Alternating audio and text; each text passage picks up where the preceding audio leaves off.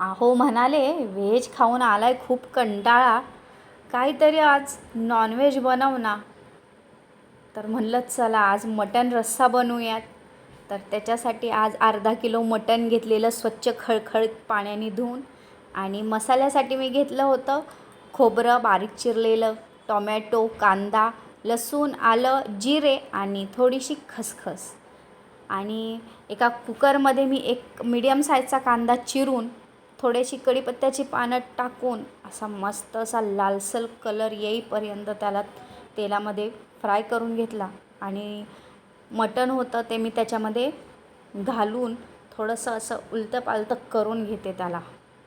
आणि त्याच्यामध्ये थोडंसं मीठ टाकते. मीठ टाकलं की त्याला असं आपोआप पाणी सुटतं. पाण्यामध्ये ते थोडंसं शिजतं. आणि थोडीशी हळद, मीठ आणि हळद टाकून आता ते मस्त एकजीव करून घेऊयात. एकजीव करून थोडंसं 10 मिनटं झाकण ठेवून थोडासा पाणी सुटू द्या त्याला. त्याच्यानंतर तो मसाला वाटून घेतला, मस्त असा बारीक पेस्ट करून घेतली एकदम थिक त्याची.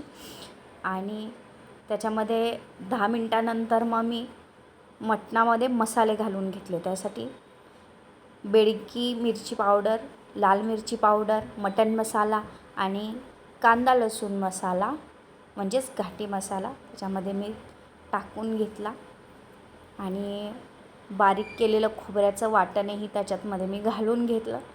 आणि ते एकजीव करून घ्यायचं आहे वाटण मटणामध्ये. आणि थोडासा एक 5 ते 10 मिनिट परत झाकण ठेवून थोडासा त्या मसाल्याला चांगलं ऑइल सुटेपर्यंत थोडं 10 मिनटं झाकण ठेवून द्यायचं आहे. बघा कसं मस्त आता ऑइल सुटलं आहे. साईडला मी पाणी गरम करायला ठेवलं होतं, कारण मला पातळ असा रस्सा बनवायचा होता मटणाचा. ते पाणी मी त्याच्यामध्ये घालून घेतलं आणि कुकरच्या 6 शिट्ट्या काढून घेतल्या. मस्त मटण शिजलेलं. तर या मंडळी मस्त झणझणीत रस्सा मटणाचा खायला भाकरीसोबत. तुमच्याकडे काय आहे संडे स्पेशल कमेंट करून नक्की सांगा.